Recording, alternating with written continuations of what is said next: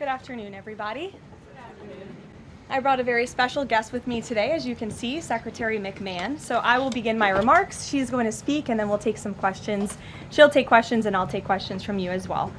First off, yesterday, First Lady Melania Trump and Second Lady Usha Vance traveled to Marine Corps Air Station New River in Camp Lejeune in North Carolina, where they spent the day meeting with students, educators, military families, and United States Marines.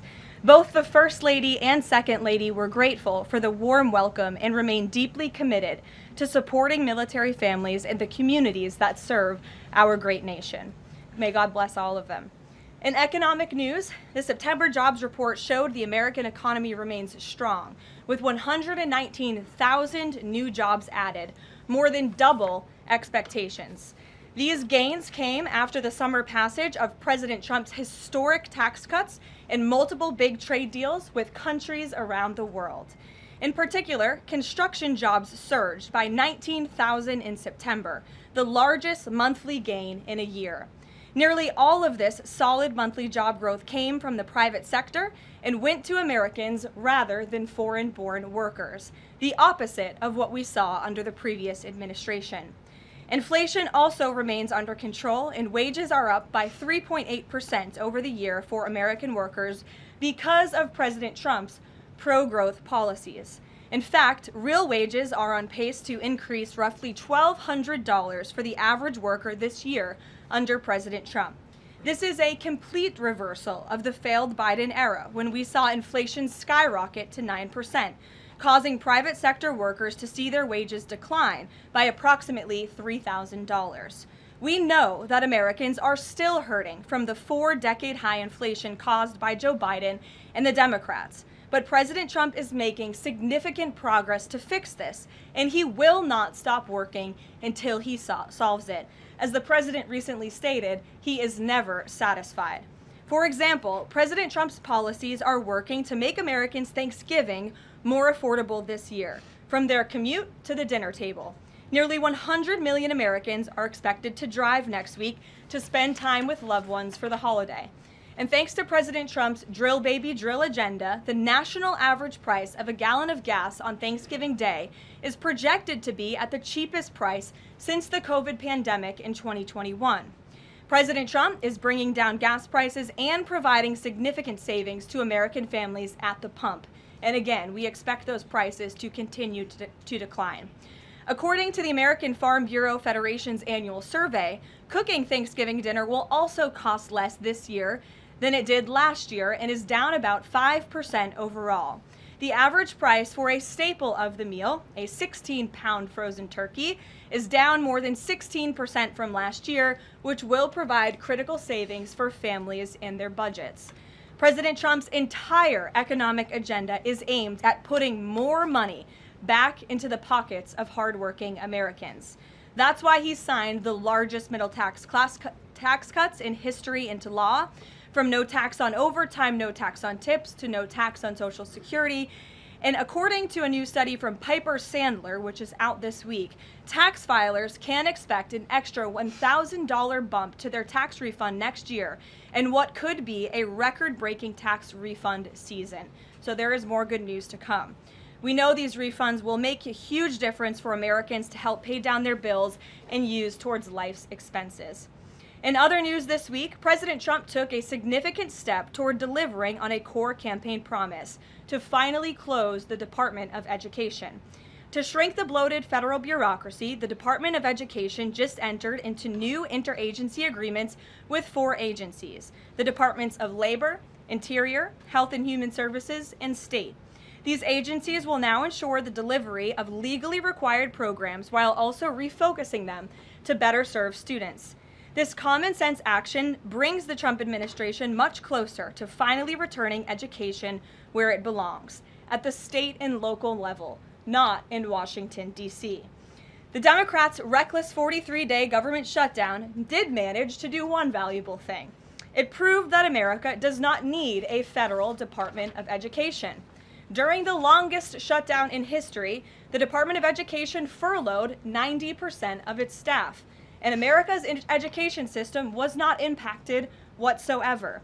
Schools stayed fully open across the country. Students attended class and received normal in-person instruction, and our wonderful teachers received their paychecks uninterrupted. The Democrats' government shutdown made it painfully obvious that American families do not need the Department of Education. Since its creation in 1979 during the Carter administration, the Department of Ed has spent over $3 trillion taxpayer dollars without improving student achievement. Despite pure pupil spending having increased by more than 245% since the 1970s, math and reading scores are down in public schools. In fact, the most recent Nation's Report Card from 2024 showed that 13-year-olds' math scores are the lowest they've been in decades, and their reading scores are the lowest since testing began more than 30 years ago. It's clear that throwing more money at a broken system does not work, and that's why President Trump appointed the amazing leader behind me, our Secretary of Education, Linda McMahon, who is making these monumental changes at the direction of the president. We're very grateful to have you here today to talk about these changes and then take some questions. Hopefully folks in this room will have some questions on the very important topic of education. So please, Mrs. Secretary. Thank you. Thank you very much, Caroline. It's really a pleasure to be here with you today, and thank all of you for being here as well. My purpose here is to speak directly to the American families, not just you, but to the American families, about the work this administration is doing in education to reverse our national decline with a hard reset of our educational system.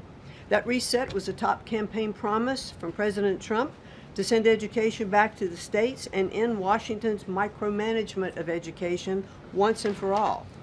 This week we took the most decisive steps thus far to make good on this promise to you. We have linked 6 groundbreaking partnerships with other federal agencies to delegate education department programs that are redundant with existing programs at Labor, State, Interior, and HHS. These interagency agreements to cut our own bureaucratic bloat are a key step in our efforts to shift educational authority from Washington, D.C. to your state education agency, your local superintendent, your local school board, entities that are accountable to you, and we encourage parents to always be involved. Cutting federal bureaucracy is never a popular move among D.C. insiders. A chorus of anti-Trump voices have come out of the woodwork to complain that we are defunding education, harming students, or acting without a plan.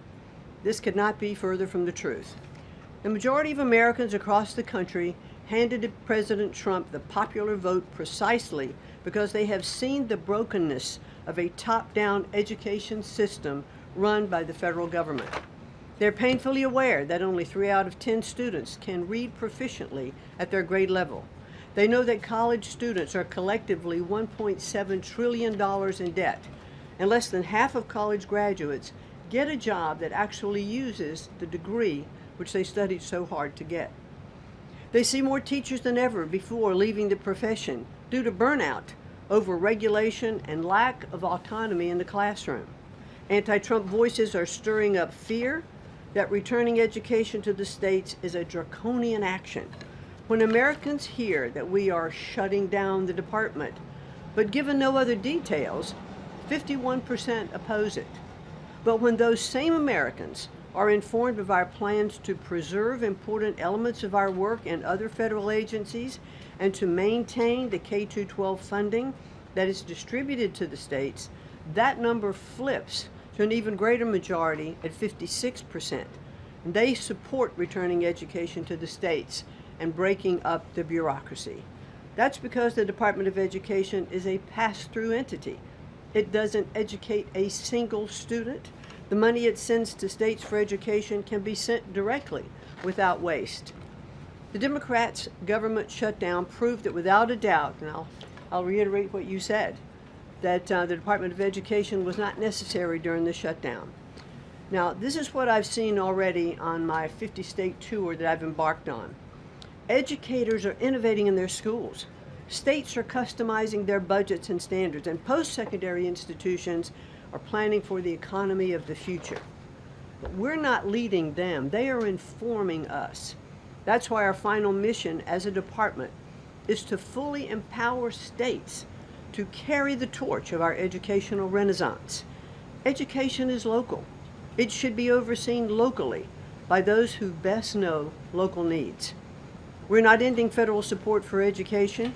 We are ending federal micromanagement and paving the way for education renewal through state reforms like school choice, the science of reading, and restoring the right priorities in higher education. President Trump promised to send education back to the states, and we're keeping that promise. America's next generation will look back on the work we've carried out, thankful for an education system that prioritizes students over bureaucracy. Thank you. Well, thank you very much, Madam Secretary, and we'll take some questions for the Secretary if you have them. Elizabeth, why don't you start? Thank you for joining us. You announced the partnership to move some functions of the Education Department to other agencies. Are you talking to members of Congress about codifying this so that it lasts beyond the administration? Yes, we started our conversation, and thanks very much for asking that, because there have been some reports that Congress is in the dark on this. That's clearly not true. We've been talking to, I've talked to dozens of members of Congress to explain to them exactly what we're doing, to bring them up to speed, and to say to them, look, when we have completed some of these transfers that are working incredibly well, then we will be looking to Congress to codify those, make them permanent. Brian.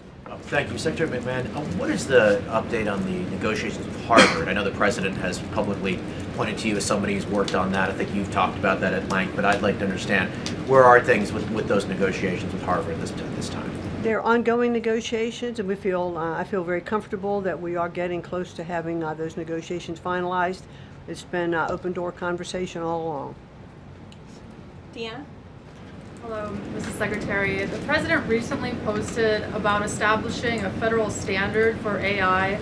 Do you know if the administration has a view on the use of AI for students in schools? And Karoline, do you know if the President personally uses AI? I don't think so. You can handle I've that never one. witnessed it, so I can't attest to that. Well, I do think AI is going to need guardrails, but I have witnessed AI firsthand. I was at the Alpha School in Austin, Texas, and the first 2 hours of every day in that school, students are learning through AI. They have their headsets on, they're in front of their screens, and the AI is really acting as like an individual tutor for those students, allowing those students that can progress faster to do that. Those who need a little catch up, it refeeds information to them. And so after those 2 hours of learning, the basics of what they're doing in their curriculum that day, then they spend the rest of the day, I mean, they have good recess and all of that time, but then they spend the rest of the day in what are called life skills, and they're actually using the information that they've learned this morning. So I've seen some AI in action that is really proving quite beneficial. Michael. Thank you, Caroline. Secretary McMahon, as the Education Department continues to pare down, can you talk about taxpayer services like charter school grants and how the department will continue to assist kids with special needs? Well, we are going to make sure that there's no interruption in getting that grant money out the door. I mean, that money is, it comes from Congress, it's appropriated by Congress, and we legally are obligated to do that. And the transitions we're starting to make, our first programs that went over to the Department of Labor, that was a few weeks ago. We actually signed the first interagency agreement, which we accomplished under the authority of the Economy Act. We transferred grants for WIOA and for the Perkins Act. And the really good news is that the Department of Labor has a much more sophisticated system, technology system and grant fulfilling system than the Department of Education does. As a matter of fact, our executive manager that went over with that group over to Labor said he would compare what the labor system is to education's like held together by bubble gum that is not connected to any other part. So we were able to get those grants out the door more smoothly, and states have actually better access for those systems than they do at the Department of Education. So that's a real bonus. Take a couple more. Carrie, go ahead. As far as the diversity, equity, and inclusion new regulations that came out from the administrations, a lot of schools, whether high school or even higher education is concerned, some of them are defying these new administration policies, even apparently according to a new report. I'm sorry, I can't hear you, Rick. As far as the there's been a new report from the administration saying that half of medical schools are defying the administration when it comes to DEI policies. What type of action will the administration take for these schools that are defying the new DEI policies? Well, certainly the president has been very clear, and the Department of Education has taken measures to make sure that as schools are developing, their policies, or if they have open DEI offices, they're closed, or DEI regulations and rules are stripped, from their programs, and so that will continue. Great. We'll take one more. Go ahead. Thank you, Caroline. Secretary McMahon, my question is, since you said 3 out of 10 students are literate with regard to their reading capacity, would now the states help to improve those numbers since you have gone back to the states? Well, what we are finding that the states that are making great progress, it's through their own innovation. It's not coming from the Department of Education. I think the Department of Education is really misunderstood about what our function is. We don't teach one student. We have nothing to do with the curriculum that are in any states. We are a pass-through pathway from money that's appropriated by Congress to get to the states. But what we have seen in those states that have taken that initiative and they are embracing the science of reading and returning that into their school programs. Louisiana has done it. Mississippi, they call it the Mississippi Miracle, because they were like, I think, bottom or next to last in reading proficiency in Mississippi. And now they're like middle of the pack, which has been a really big jump. Florida has, Iowa has, Tennessee. So, but these are innovations that are done at the state level. This is not anything we're dictating, and that's why I'm saying returning education to the states where they really are already leading in their education endeavors, and 90% of their budget they provide. The federal government only provides 8 to 10% of the budget for education, so let's make sure that that grant money that's coming from the federal government is getting in their hands as efficiently as possible and getting to students. We don't want teachers having to spend their time and money in regulatory compliance. There was one superintendent chief who said to me that they had done some calculation in their state, and that for every dollar that went into the classroom in a grant, 47 cents was spent in regulatory compliance. So let's get the money into the hands of our students and our teachers. Let's raise the level of education. The other thing I'll do, and I'll quickly wrap up for you, is this 50-state tour that I have embarked on. We've done about 14 states. We've shut down a little bit during the shutdown.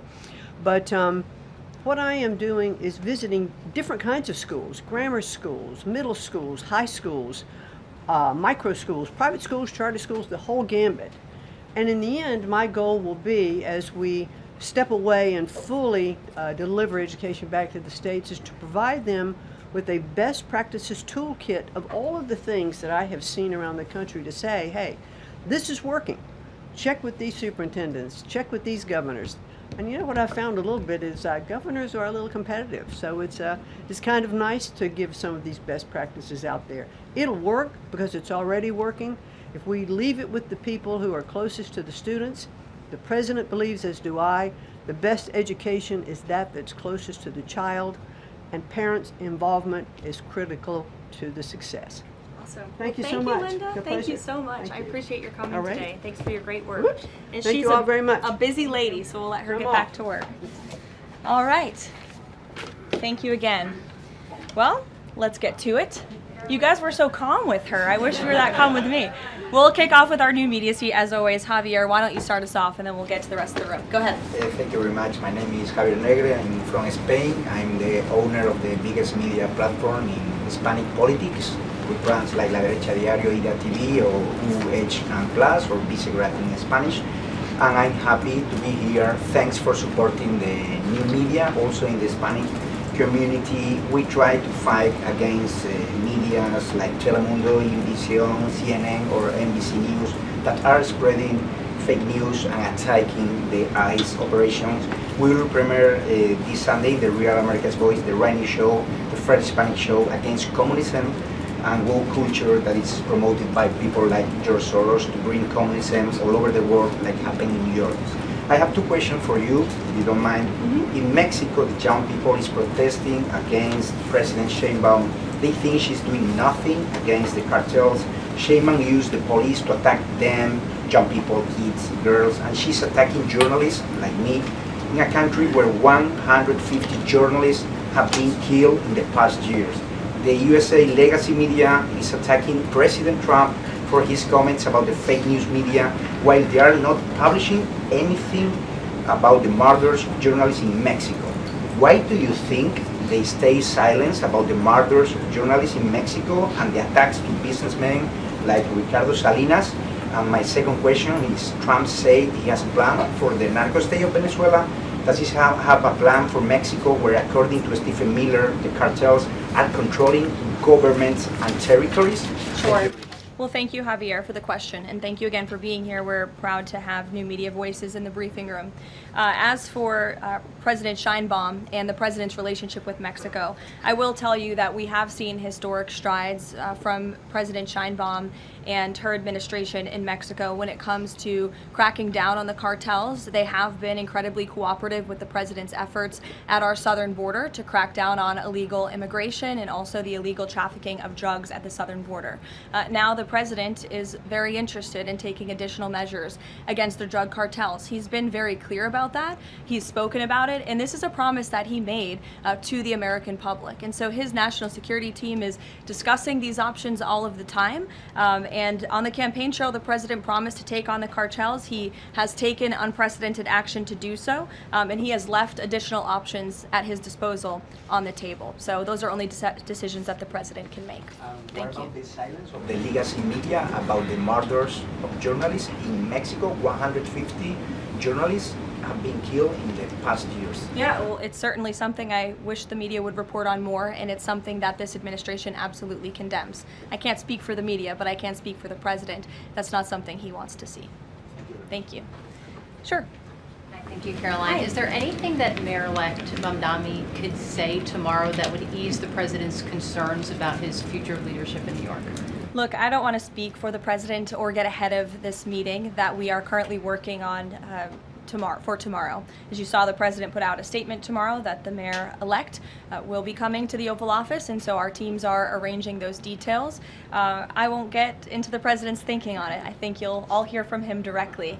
I also think I will just add, it speaks volumes that tomorrow we have a communist coming to the White House because that's who the Democrat Party elected as the mayor of the largest city in the country. I think it's very telling, but I also think it speaks to the fact that President Trump is willing to meet with anyone and talk to anyone and to try to do what's right on behalf of the American people, whether they live in blue states or red states or blue cities, in a city that's becoming much more left than I think this president ever anticipated in his many years of living in New York himself.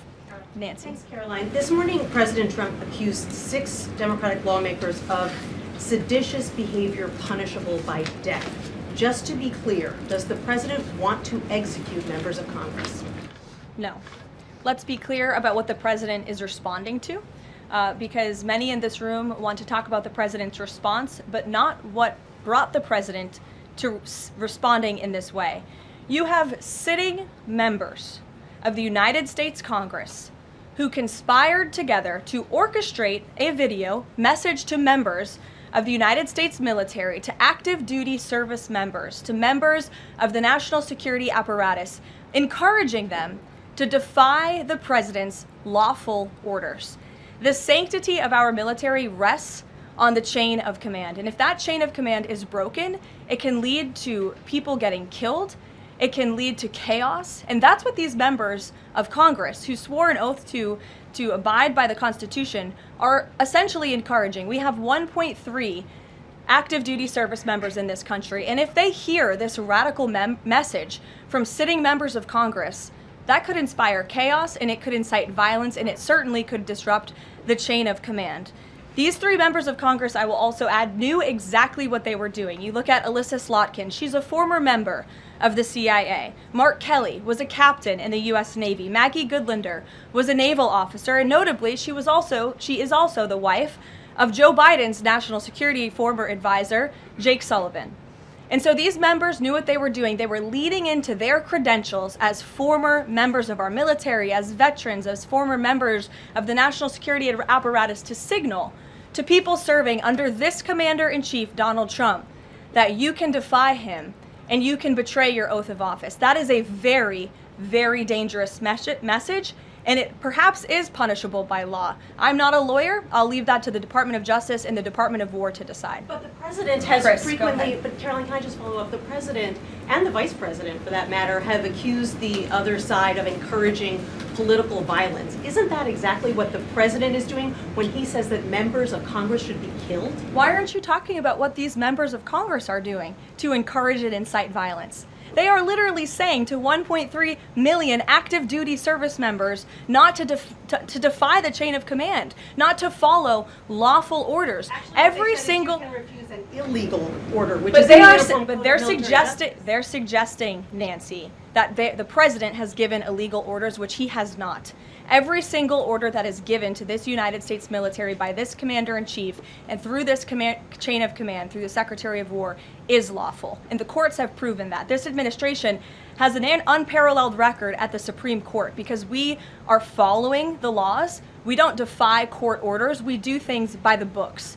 And to suggest and encourage that active duty service members defy the chain of command is a very dangerous thing for sitting members of Congress to do. And they should be held accountable, and that's what the president wants to see. Phil. Thank you. Ambassador Mike Huckabee had a meeting with Jonathan Pollard, a former U.S. citizen who was convicted and spent 3 decades in jail for selling state secrets to Israel. Did the White House know that that meeting was going to happen? Does the administration condone it? The White House was not aware of that meeting, but the president stands by our ambassador, Mike Huckabee, and all that he's doing for the United States and Israel. You said that the president was going to do what was right for U.S. citizens, regardless of whether they lived in blue or red states. I'm curious if there's any chance in tomorrow's meeting with Mayor-elect Mamdani that he will be able to convince the president to abandon that promise to cut off federal funding to New York City. Look, Phil, we'll see how the meeting goes tomorrow, and I'll let the president speak for himself. Natalie. Thank you, Caroline. What did the president mean when he called reporter piggy? Look, the president is very frank and honest with everyone in this room. You've all seen it yourself. You've all experienced it yourselves, and I think it's one of the many reasons that the American people reelected this president, because of his frankness. And he calls out fake news when he sees it. He gets frustrated with reporters when you lie about him, when you spread fake news about him and his administration. But he also is the most transparent president in history, and he gives all of you in this room, as you all know, unprecedented access.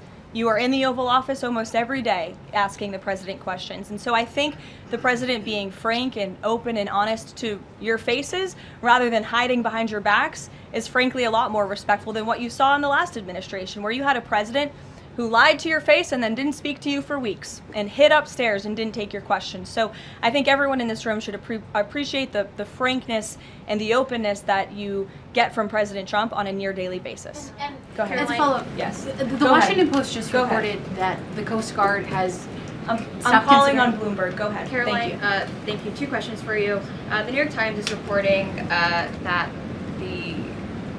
the administration is now sending a U.S. official to the G20. They're sending Mark Dillard.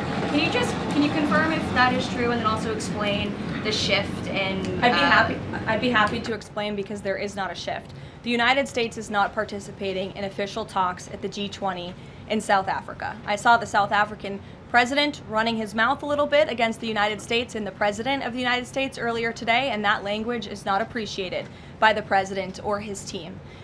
The ambassador or the representative of the embassy in South Africa is simply there to recognize that the United States will be the host of the G20. They are receiving that send-off at the end of the event. They are not there to participate in official talks, despite what the South African president is falsely claiming. On Ukraine, there have been reports that President Zelensky said, he's looking to look at the plan, that there's been reports about the Trump administration proposing a plan. Can you just give an update on where Russia-Ukraine stands, and does the president plan to speak with Zelensky anytime soon, or when can you expect that? So I'm happy to provide an update. I've seen quite a bit of reporting on the latest with Russia-Ukraine, so let me clarify and give you guys the truth on where it currently stands. President Trump has made it very clear since day one and even on the campaign trail, that he wants to see this war come to an end. He has grown increasingly frustrated with both sides of this war, Russia and Ukraine alike, for their refusal to commit to a peace agreement. But nevertheless, the president and his national security team are steadfast in seeing this war come to an end, to end the killing and deliver on the president's promise. Special Envoy Witkoff, Marco Rubio, have been working on a plan quietly for about the last month.